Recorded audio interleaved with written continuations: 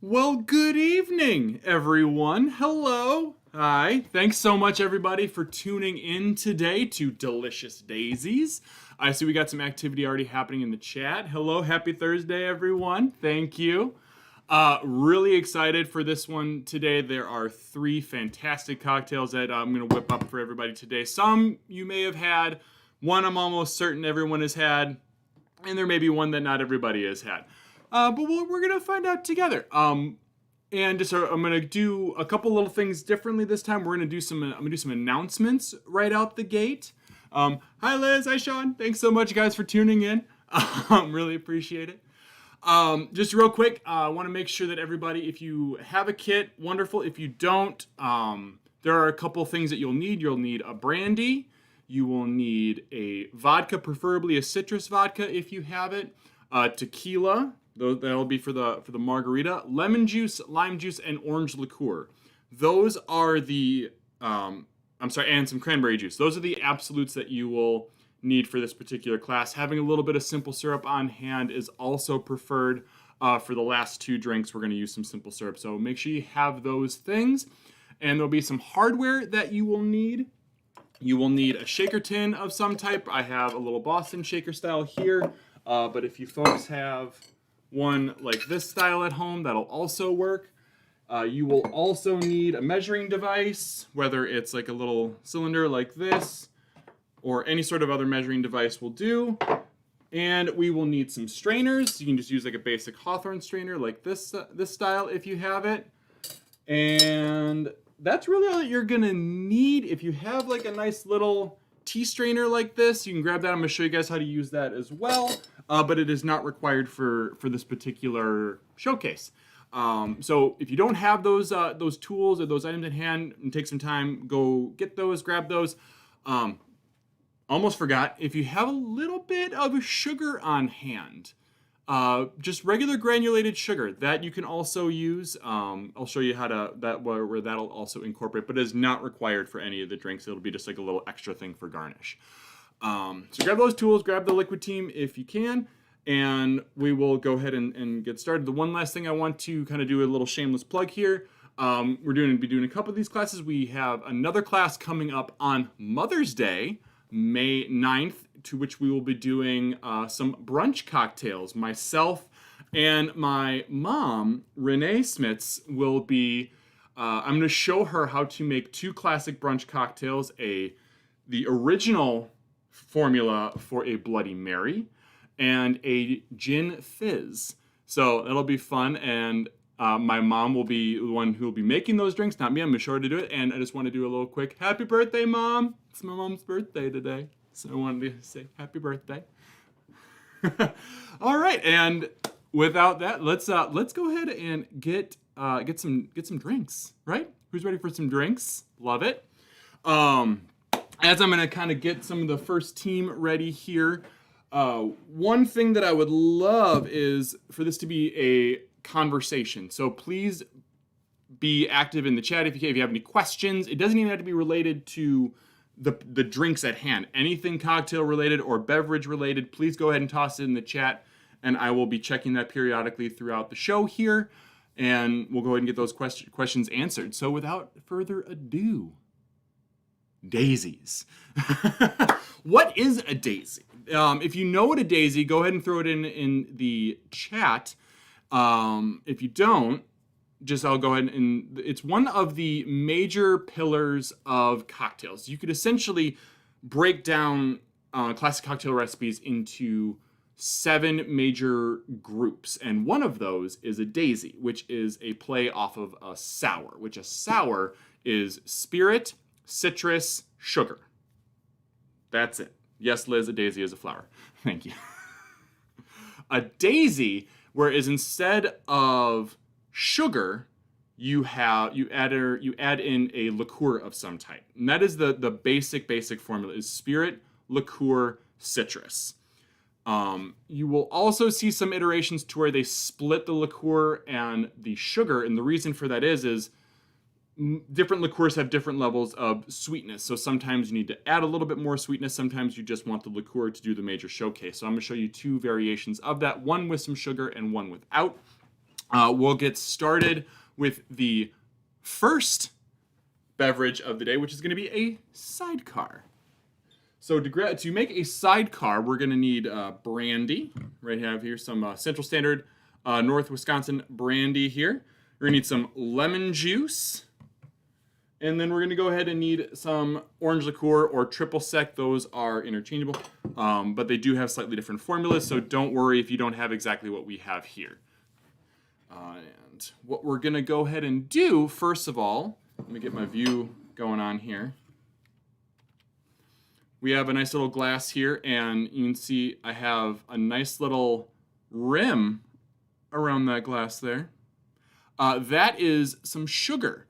Now, reason why I wanted to kind of talk about this beforehand is because you kind of have to do it before you make the drink. This is a play off of what an original sidecar was, which back in the late 1800s, probably like 1880s, it was referred to as a crusta, or that's at least what the modern drink is based off of today, which is what it's called, a brandy crusta, into which you would do a kind of sugary rim. That's really blurry. We're not going to do that. Around the top of the glass. And you can achieve that by just rubbing some little lemon juice on the rim of the glass and just drizzling some sugar over it, and you'll get a nice little sugar rim here. But yeah, it's called a crusta because, I mean, it's like the nice little crust. Kind of fun little thing. Let's see, we got some stuff happening here, but no, I do want cookies. No, my mom is not an environmental engineer. She is not. She is happily retired, which is, I love it. A Girl Scout, and yes. What is your brandy of choice? Oh, good question, Sean. It really depends.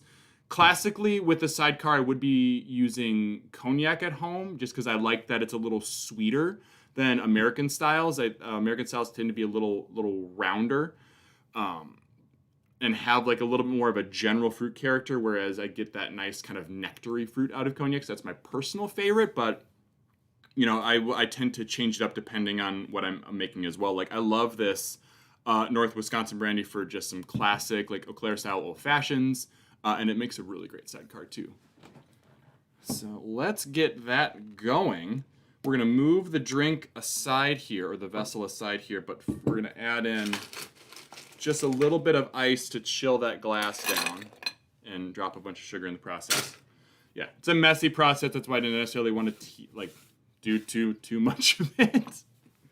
But you're gonna take a shaker tin. Right here I have a style where it is the tin and just a regular pint glass. This is one style that I have that I use quite a bit. This is really nice when I'm making drinks for a couple of people, because a lot of other Boston style shakers get really kind of gummed up if you try to do more than one drink. So I have this one, but I'm only gonna be doing one drink in it today. And to get started, we're just going to add in 1.5 ounces of your brandy. So go ahead and get that measured out and just throw it right into your vessel like that. Nice and easy. And that can be set aside. I have a Christian Brothers to absolutely finish off that Christian Brothers. I'm using Door County Distillery brandy. I don't think I've actually ever had Door County Distillery's brandy, so I gonna have to try that out sometime. Next, we're going to take some lemon juice. I just have like a regular bottled lemon juice here. I do prefer at home to use a fresh squeezed product. It just provides a brighter flavor. Reason why I did this is I didn't want to force anybody to go out and buy lemons if they didn't have to. We had this in stock, and I do appreciate the consistency that a bottled product brings to the party. You know exactly what you're going to get. You know how sour it's going to be. You know how sweet it's going to be. You can just go from there. But we're going to add in 3/4 of an ounce lemon juice. Gotta get a better view here. And add that in right into your little vessel right there. Set that aside for the next one. And then lastly, 3/4 ounce of orange liqueur. Now, originally, the one kind of fun thing with this drink is it was made with Cointreau, which is the first triple sec is really the best way to describe it, which this is also labeled a triple sec, but Cointreau was the first one, and it was a much drier product, and it was one of the first liqueurs to really make it onto the scene and make it into the market. And a little fun little fact is the 3 drinks that we are making today classically were originally made with Cointreau. We didn't use it for this particular event just to kind of keep the price down on the kit for everybody instead of throwing in a $40 bottle of orange liqueur. So we're gonna get that going. And once you have your liquid team assembled here, go ahead and just throw in some ice. I just have like regular bagged ice for this particular round. I wanted to use something that was more akin to what most people will have in their freezer. Obviously, you want to use the nicest quality ice possible because it will dilute less, and it'll overall create a much more rounder drink. But once we go ahead and get that ice in there, take your shaker tin and throw it on top, and we're just going to go ahead and give it a nice little pat right there. And then give a nice little shake about 10 to 15 seconds.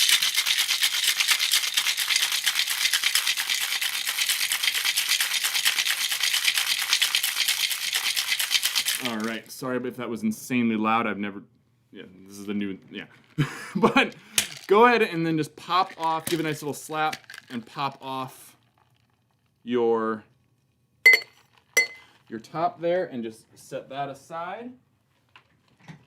Now this is where the fun little kind of strainer comes in. We're gonna take your glass and we're gonna just discard the ice here. Let me discard my ice from my glass without trying to get rid of as much of the sugar. There we go. We're then going to take your strainer and just pop it right on the top of your shaker tin. And I'm going to use this view for this here. And take your little tea strainer here, throw it over the top of your glass, and then drain right into your vessel. Now I am using a coupe glass for this. You could really use any vessel you wanted. I prefer a coupe just because I liked any sort of a nice little citrus shake, and I just like the look of it. And then my hand doesn't warm the drink, and the drink stays nice and chilled. And then follow that up with just a little lemon peel on top. And there is the Sidecar. Check the chat out here. Fresh lemon juice here, perfect. The bottle prevents disappointment if you get a dry lemon. Yes, it does. Sean is fancy.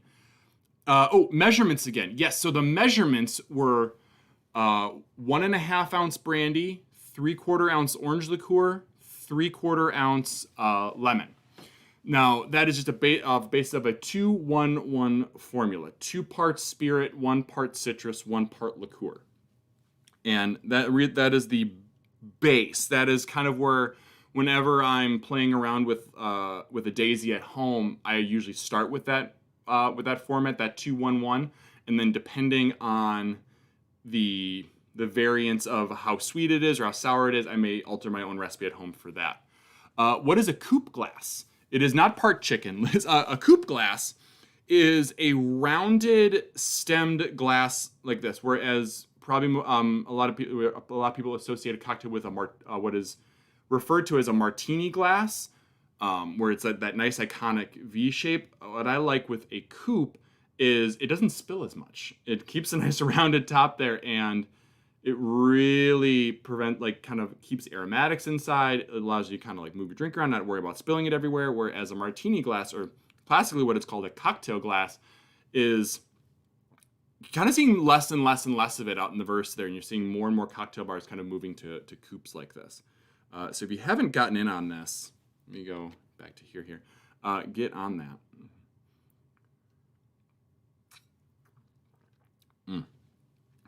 Oh yeah, wonderful. Mess up the measurements, but still good. Yeah, these are a drink that you don't have to be hamstringed into the measurements for. You can go very spirit forward and do like a full 2 ounces if you want. You can add a little more orange liqueur if you want it to be a little bit sweeter, or you can even throw in a little bit of simple syrup if it's a little too sour. Now, classically, this 3-part formula here can be a bit on the tart side, which is why the original recipe involved for the sugared rim. It's to help kind of mediate that tartness. So if it's a bit too sour for you right out the gate, you can make it again with about a quart instead of a. Sorry, I'm talking really fast here. I gotta slow down.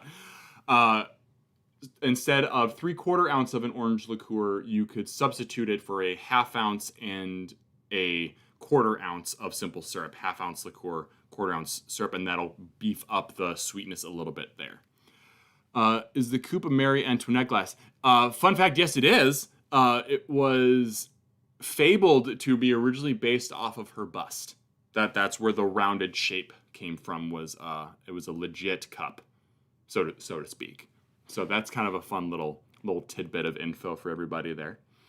Go ahead and toss in the chat if you've made this and tried it, and if you like it, if you don't like it, if you've never had one before, if you've had one and like never had one like this. Go ahead and toss it in there. Oh man, that's good. This is kind of a fun cocktail as far as like origin stories as well, because and this will be a pattern with all three of these drinks that we're going to be talking about today. It's a bit fuzzy as far as where the drink came from. What we do know is that it was invented roughly post World War I, and it became ubiquitous with the name Sidecar because the fable was a British army captain would pull up to the bar, so to speak, and would order this drink regularly, and he always came up in a sidecar on a motorcycle, like what you would see in like classic little war movies. And so that's supposedly where the drink name came from. As far as the drink origins, there are two major places or people that are said to have invented the drink. One is Harry's New York Bar in Paris, which is a very prominent space for cocktail culture. Many drinks were invented there. It is to be the birthplace of the Bloody Mary, the French 75, and credited with the origin of the sidecar. And that's where the fable of the World War I captain pulling up and getting his drink was supposedly at Harry's, invented by Harry McCone, who bought the bar in 1911 after it was shipped over from New York City to Paris. The bar was physically moved, and it was opened up in the early 1900s on Thanksgiving Day, and became this mecca essentially for expats or expatriates, people that have moved away from the United States overseas, essentially to escape prohibition, and just like the coming prohibition was one of the rumors, and set up shop in Paris. And that's where you have people like Hemingway and Coco Chanel, and this was their hangout at this Harry's New York Bar, ordering drinks like this. So it's kind of a fun little fable, little story about where that kind of came from. The other side of that coin is from a gentleman named Pat McGrary, who was a bartender in London, who was credited by Harry of Harry's New York Bar to be the creator of the drink in a couple of his first cocktail books that he's made. And then after the 1920s started saying that no, he actually invented it. But now there's more and more people that are saying that this Pat McGreary at his bar in London called Buck's Club is where the origin of the sidecar really truly lies. But nobody really knows. It's kind of this fun thing. Now what we do know is just that it was probably both, just because at around the time that you're seeing in this early 1900s, you have this Cointreau, this orange liqueur coming on the scene, and so it would only be natural that bartenders everywhere being like, this is cool, I want to make drinks with this. So you take a classic, essentially a brandy sour, and add a liqueur into it, and you have a sidecar. So let's see, check the chat here. Love this version. It's more lemon. I do really like the amount of lemon. Not chicken, but Marie breast. Yes, accurate. Oh, wonderful. So without further ado, we'll go ahead and move on. I gotta find a place to put this instead of drinks everywhere. Or just keep drinks everywhere. So go ahead and grab your next glass if you have it, and go ahead and throw some ice into here. I'm going to use another coupe for it, but we're going to start chilling this glass down for our next drink. Reason why I do this, and typically you'll see like a lot of cocktail bars where they'll pull a glass out of the fridge. Reason why I do this is you want to cool down the glass, because nothing will suck out the flavor of a drink than a warm glass. You start heating up the drink, and this keeps the vessel nice and cold. So when you put a cold drink in it, it doesn't immediately start to warm up right away. Would any orange liqueur work for this? Yes. Great question. Any orange liqueur will work. However, what may come across is various levels of sweetness or tartness. If it's a drier product, the triple sec that is with this particular kit is a particularly sweet one. If you are using, let's say, Cointreau at home, it'll be a little drier and maybe a little tart. In this situation, with this one, I think it's really nice and balanced and has a really nice sweetness to it. The lemon comes through nicely. And I don't think it needs to be, I think it's just fine on its own. But yes, short answer, any orange liqueur will work. But now, what we're going to be making this time is a margarita. So while we're chilling this glass down, and I'm going to get my next shaker tin ready to go. Now, I'm assuming everyone here has had a margarita, correct? If you have not, please go ahead and throw it in the chat. Don't be shy. I'm going to skip over some things in case we've hadn't, just for the sake of brevity, because the last drink is going to have a lot of talking points. But we're going to go ahead and take some tequila.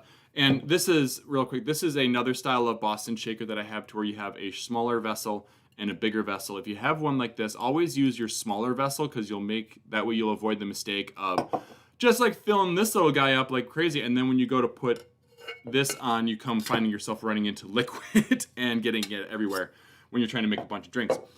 So grab your smallest portion of your Boston shaker, and I'm gonna grab a different measure because that one got brandy in it. Same measurements we're gonna use for the spirit. We're gonna use 1.5 ounces. So go ahead and toss that in. 1.5 ounces tequila. Grab the same orange liqueur that we used for the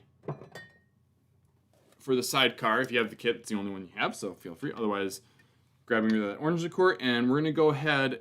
This time, we're only gonna do a 1/2 ounce of orange liqueur. This is gonna be the formula where we add a little bit of sugar in here to kind of just have a little bit of a point of differentiation in there. So a 1/2 ounce of orange liqueur. Recap that. Pop that back up. And then we're going to grab some lime juice. And we're going to go ahead and throw in 3/4 ounce lime juice. So a full part of lime juice. Get that going. And right into the vessel there. Same thing. I'm just going to take the ice directly from this glass. Get rid of it. Nice chilled glass. Add in a nice amount of ice. As far as amount of ice to add, whenever you're shaking a drink, I like to add in enough ice to where it's just breaking the surface of the liquid there, because this ice is going to dilute as we shake it, and it's going to get smaller and smaller and smaller. So you want to make sure that you have enough, because we want to add some water into this drink to help open it up. So go ahead and throw that in there. Give it a nice little pat. And shake.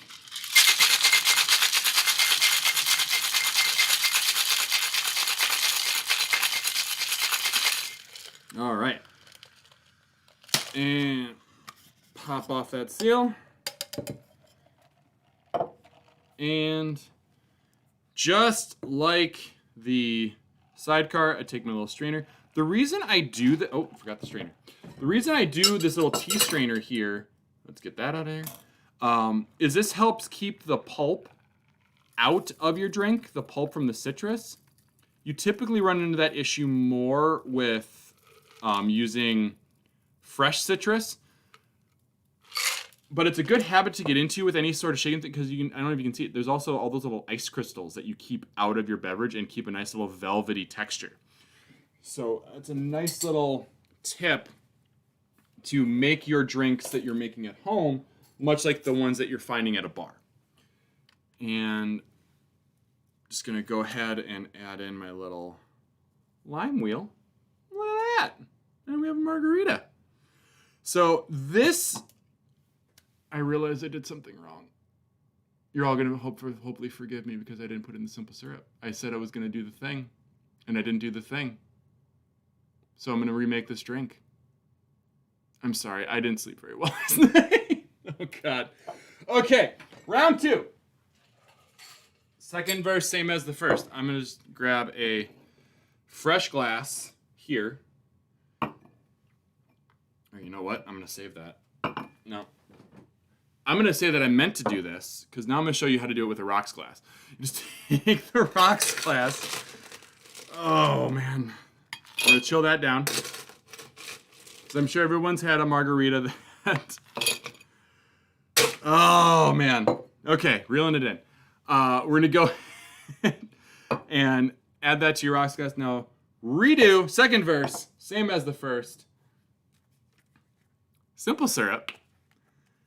Go ahead and throw in a 1/4 ounce of your simple syrup for the sugar. Then it's going to go ahead and grab our other liquid team, our tequila. And again, 2 ounces. Sorry, not 2 ounces, 1.5 ounces. I am off game. I apologize, team. You're all bearing with me. 1.5 ounces tequila. And 1/2 ounce orange liqueur.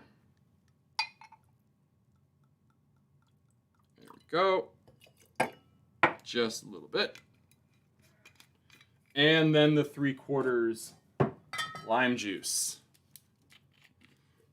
Right in there. There we go. Okay. So I'm just going to double the margs, double the fun. And repeat that ice shake.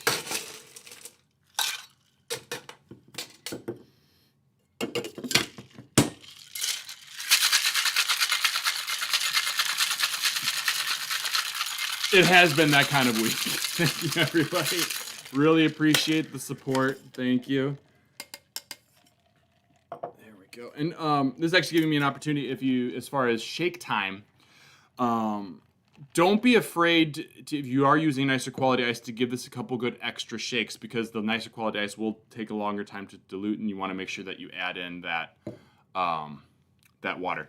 Was it 3/4? No, 1/4 simple syrup. 1/4 simple. I apologize if I said 3/4. 1/4 simple syrup, 1/2 ounce orange liqueur, and 3/4 lime juice.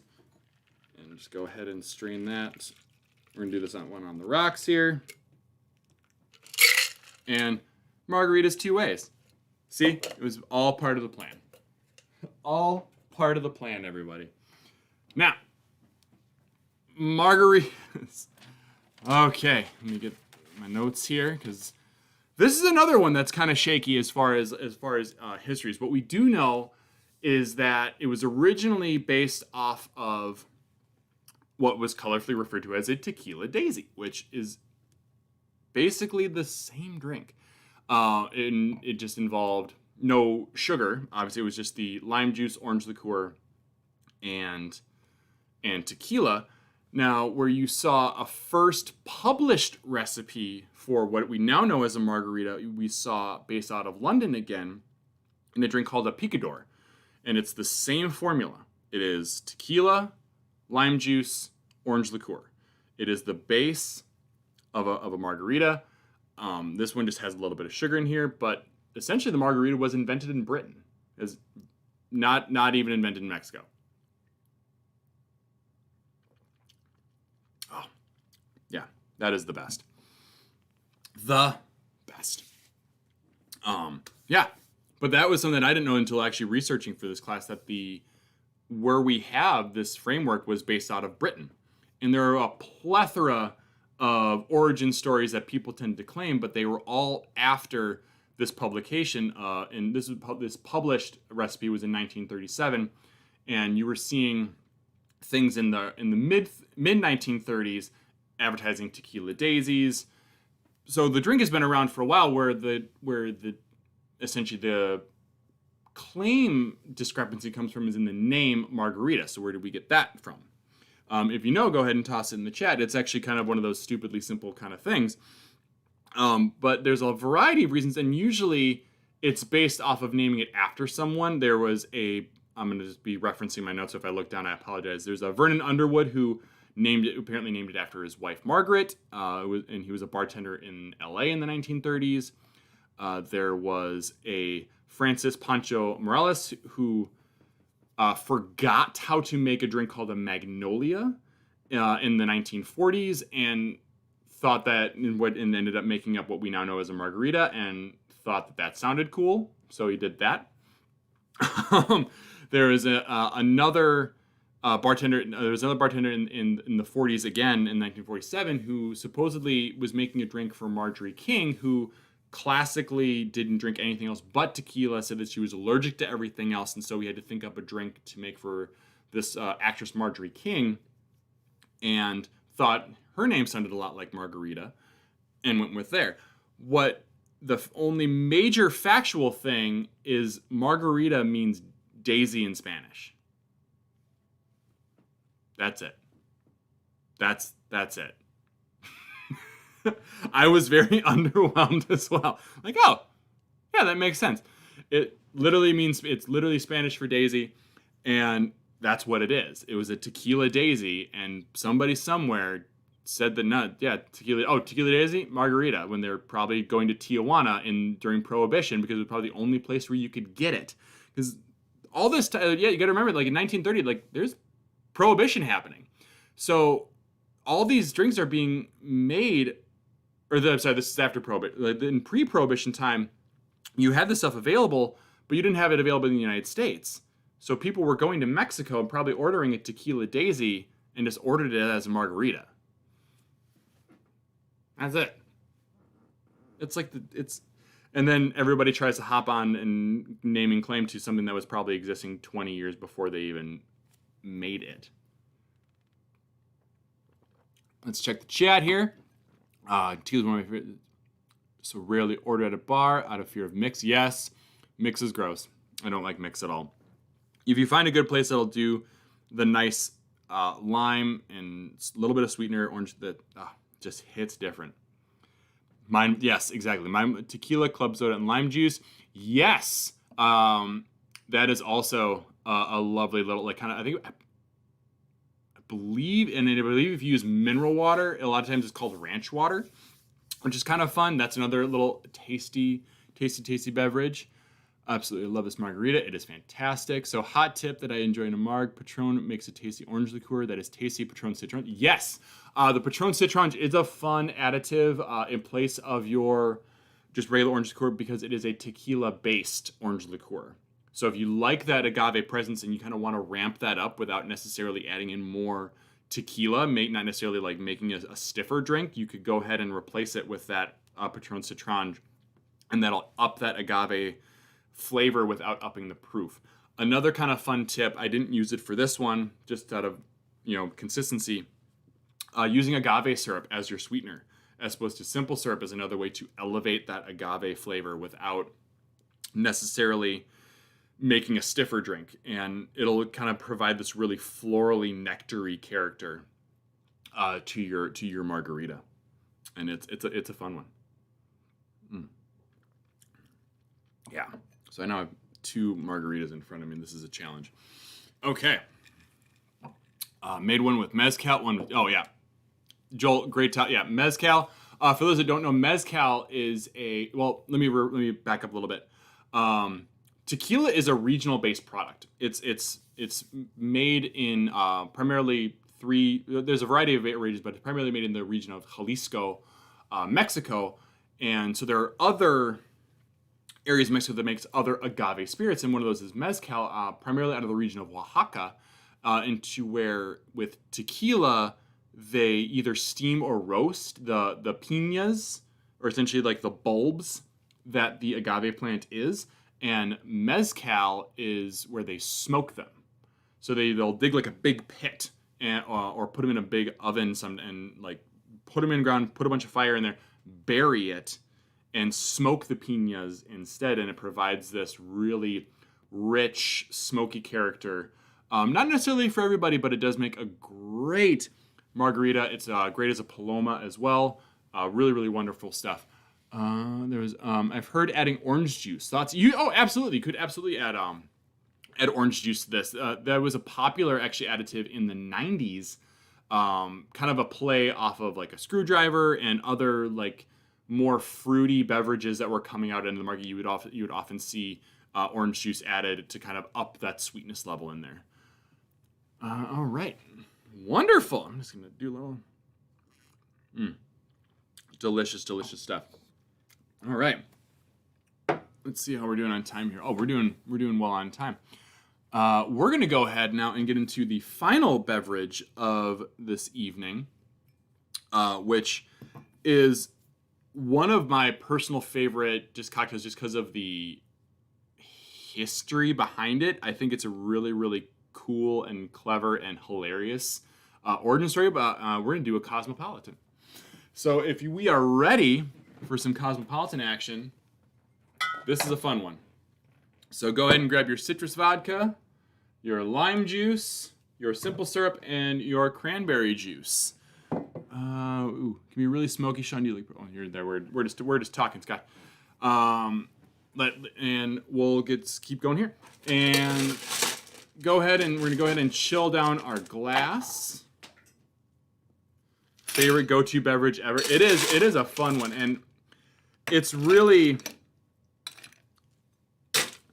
It's kind of this is my personal opinion. I do feel that we can credit the Cosmo to be reasoning why cocktail culture is what it is today. This is a very bold statement, but I feel like we wouldn't have as much of a following with a lot of cocktails if what was happening at the time when the Cosmopolitan came out. At least in as wide space as it is right now. So go ahead and chill down your glass. I got some ice in another coupe glass like this. And we're gonna grab another Boston shaker or another sticky like this, and we're gonna go ahead and just open up this vodka here, and it's gonna be the same. Let me rephrase. Not the same form. This is kind of its own little unique thing. We're gonna kind of change up from the base 211 a little bit, but this is the most accurate way to have a Cosmo as it is now by who created it what it is now. We'll kind of add that into a bit. So we're going to go ahead and add in 1.5 ounce of citrus vodka to our shaker tin. Go ahead and throw that in there. We're using just we're using Stoli citrus right now. Classically, it was Absolute Citron for a Cosmopolitan. It was actually launched around the same time. It was actually launched, and that's one of the reasons why it became associated with it, because it was a new product in the market and bartenders were playing around with it. And then we're going to add in 3/4 ounce of lime juice. 3/4 ounce. And let's see how that is. That's pretty good. Right in there. We're then going to go ahead and throw in 3/4 ounce cranberry juice.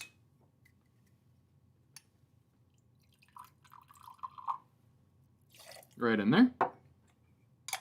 And I was actually mistaken for not simple syrup, orange liqueur. I'm very scatterbrained today. I do apologize. Thank you, everybody, for putting up with me with this today. And then we're going to do in a 3/4 ounce orange liqueur. Right in.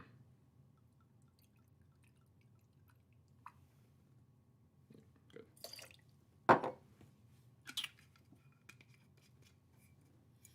Okay, put that back up there.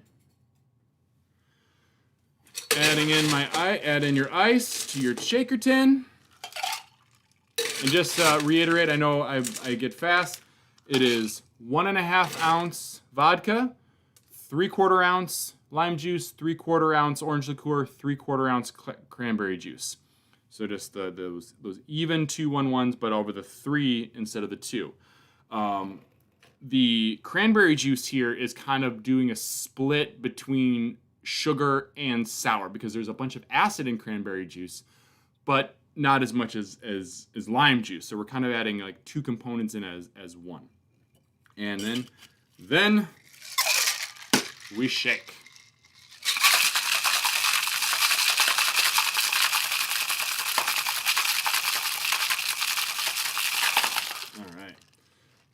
Nice chilled down there shaker there. Give a nice little, this one gets sticky a lot.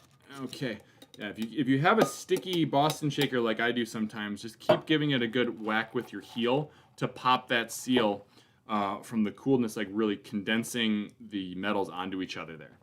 And we're going to discard the ice. There we go. And grab my last strainer. And right into the glass. And you know you did it right when it is that beautiful blush pink. Let me actually get a better camera view here for everybody. There. That beautiful light, nice blushy pink. That is the color a Cosmo should be. If it is any brighter, it is not made right. I will dig my heels in. You just want this nice blush pink. And then I prefer just a little lemon, just to play off that citrus vodka. You could also do it with like a lime, or one of the other classic items is an orange peel. But I usually like to do some citrus element into that beverage. And let's all go ahead and give that a try right here.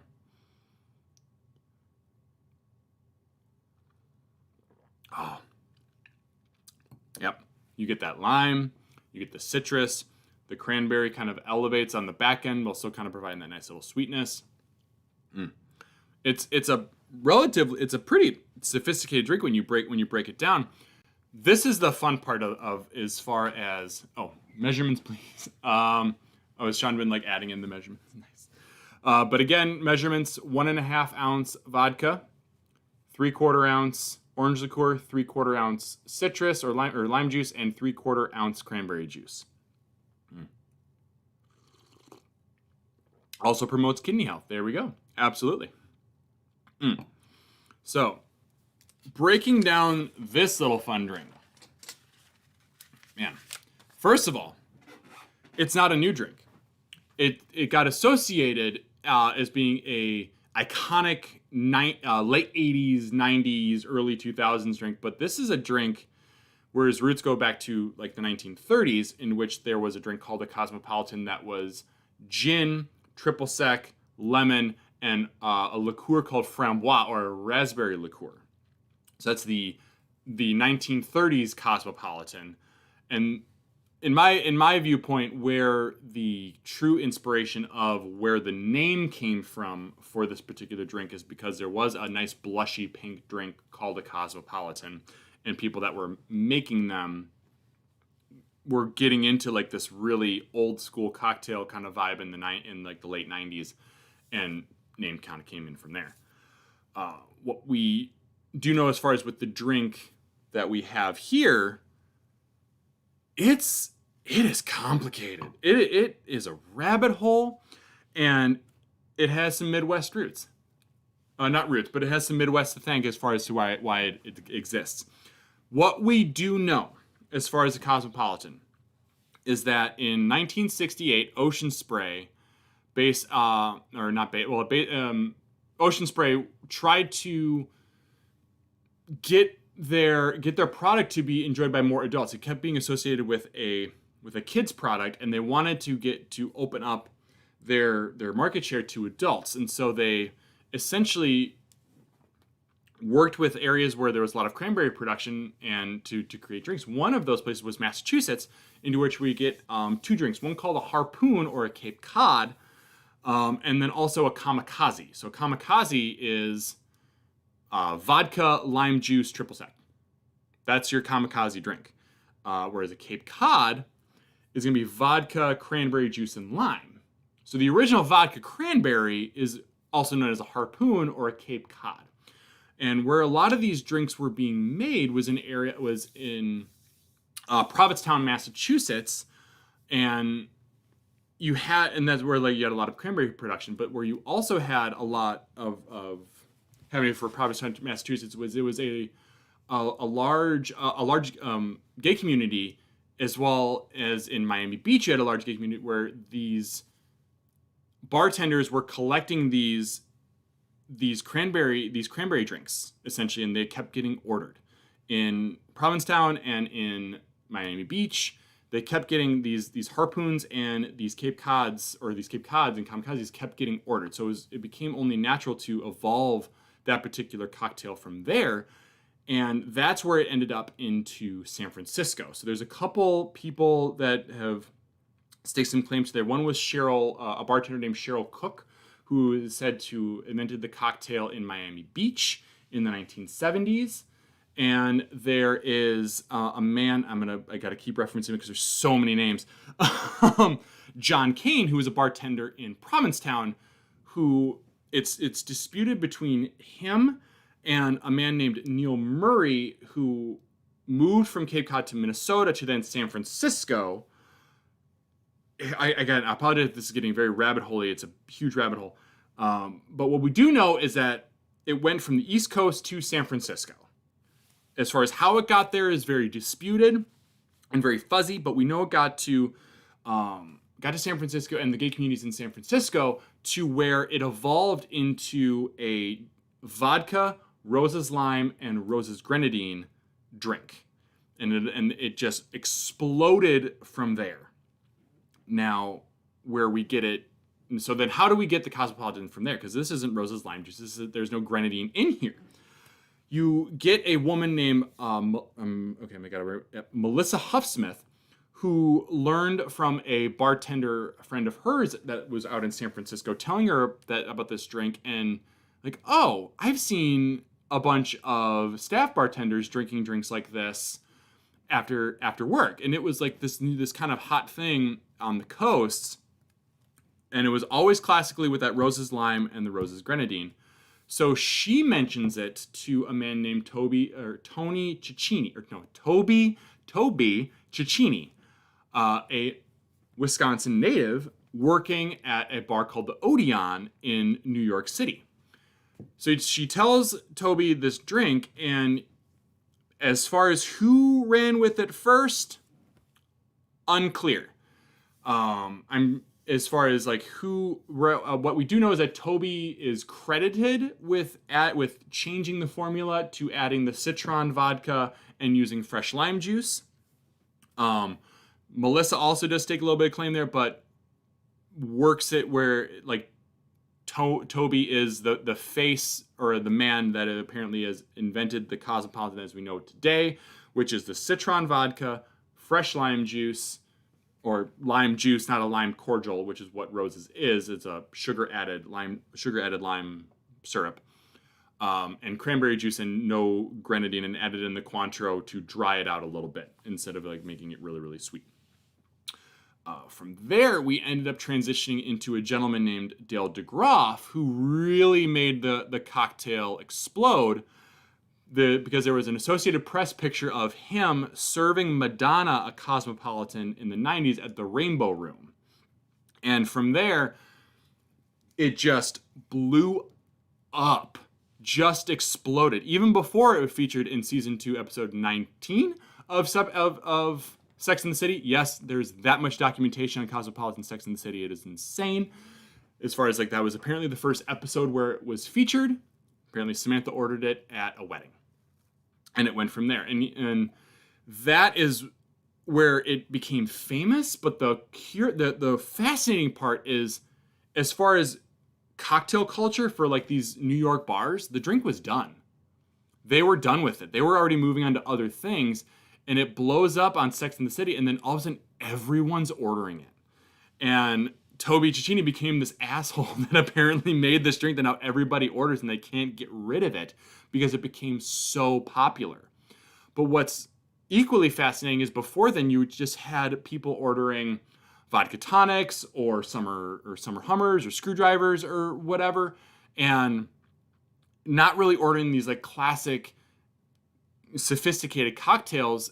And now we have this icon of pop culture ordering Cosmopolitans, and now everybody wants one. And in my opinion, it turns people on to what drinking a cocktail can be. And that's one of the reasons why I love this drink, is that it has such this fascinating tale of like being popular, being not popular, being popular again, and then almost becoming a joke for a while. Like it became like this bachelor party or bachelorette party joke that like, oh, we're just gonna like, paint our toenails and drink Cosmos or whatever. Where it's a really sophisticated and lovely drink when you take the time and make it, and it's just a fascinating beverage. And crushable. Let's check out in chat here. This is my favorite go-to cocktail. Always have, love it. Absolutely earned the gay card with this. Yay! Possibly the only gayer drink is an appletini. Possibly. I think it may actually be hard hand washing them. Oh man, that's not a clap. Okay. Awesome. Wonderful. Yeah, but that is really, as far as like the core presentation of the drinks here. Go ahead and toss in if you've had a favorite that you've enjoyed today, or if, as far as if you've had a new favorite or an old favorite, or you hated all of them or loved all of them equally and you can't pick.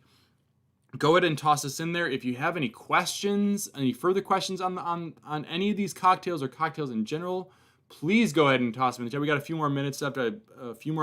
On the time here. I was going to originally go this day, but would be more than happy to go over if you guys have questions. Found mini cans of the Ocean Spray cranberry juice. Yeah, and Michael, fun fact, originally some recipes would state that you had to have the cranberry juice cocktail, not cranberry juice, because it wasn't enough sugar in regular cranberry juice. It had to be cranberry juice cocktail to have the right amount of sugar. So if you are like shopping around for stuff, go ahead and grab the cocktail because you want that extra. What is this summer hummer you speak? Just another name for a screwdriver. Vodka orange juice kind of thing. That's what I first learned it as. Yeah. Sidecar is my favorite. Yeah, I love a good sidecar. I think I love the complicated. It's been one of the worst drinks I've ever made and one of the best drinks I've ever made was a sidecar. Love all these. Who knew daisies were daisies are the best. They're so fun. Cosmo's nothing we like had before, so much better. Yes, I've seen so many photos of like dark red Cosmopolitans. That is too much cranberry juice in that thing. But yeah, like that nice blush pink is just perfect. Love it. Yeah, I think though this is gonna be the one that I finish is the sidecar. Where do we get all these fancy glasses? Right. We do sell some coupe glasses available. We sell them in little 4-packs for $15. You can get them.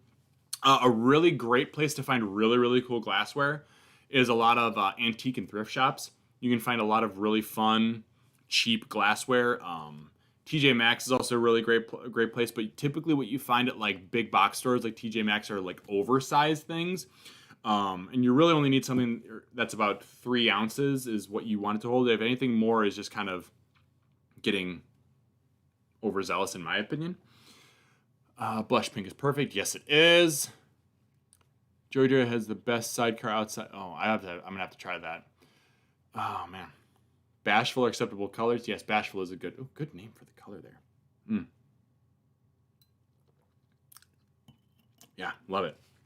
Love it. Yeah. Okay. Man, yeah, you guys, we went right on to time here. I'll stay on here and just kind of drink with you guys for a couple more minutes here and see if you have any more questions that anyone's afraid to ask or just kind of have it in there. But thank you so much for attending today. Don't forget May 9th, Mother's Day brunch class. Gin Fizz will not be something to miss. That's going to be super fun. We've been trying to figure out a way to do that for a while, and that's why we're doing it with only 2 cocktails because it's going to be a bit. It's Sunday. Everyone get a nice little day drink buzz with mom. We'll all hang out with moms. Thank you so much, everyone. Really appreciate it. Thank you, Sean, for the hashtags there. Thank you everybody so much for the support, for coming to these classes, for viewing these classes. It means a lot. I have another class also in the works, and I didn't necessarily, I wasn't going to talk about it, but I think I'm going to talk about it now, is going to be May 20th. And it's not available yet on the website yet, but we're still, hopefully can get it up tomorrow, if not next week. We are going to do a slushy class. So you're going to break out the blenders. We're going to make some frozen drinks for everybody as that weather gets warmer. So keep an eye out for that. That'll be hopping up on raisewine.com soon. Scott, thoughts on regular vodka versus citron? Ooh, great question, Mike. It's interchangeable. So it depends on the drink. Like obviously for a Cosmopolitan, I prefer a citron. Can you make it with a regular vodka? Absolutely. Absolutely. Just keep in mind that you are going to be leaving out a lemon characteristic because the citron is exclusively a lemon flavor. So I would maybe, if you didn't have a citron vodka and you want to use a regular vodka, I would take an extra lemon peel and express it over the drink. Just kind of take it in your fingers like so, and take a drink and just kind of squeeze it. And what that's going to do is that's going to express a bunch of oils into your drink and give that lemon essence. I didn't do it with this one because we had I felt like enough citrus presence in the drink without kind of expressing that lemon peel. But that's a really good kind of trick to do at home if you have the lemons, but you don't have the citrus vodka. Yes, thank you so much, everybody.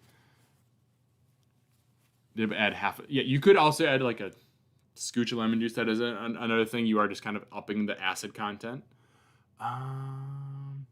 This video will be on raisewine.com. We have all of our classes archived on there. So if you wanted to watch this again to get the recipes or wanted to show it to somebody, you can link it to them. You can go ahead and throw that in there.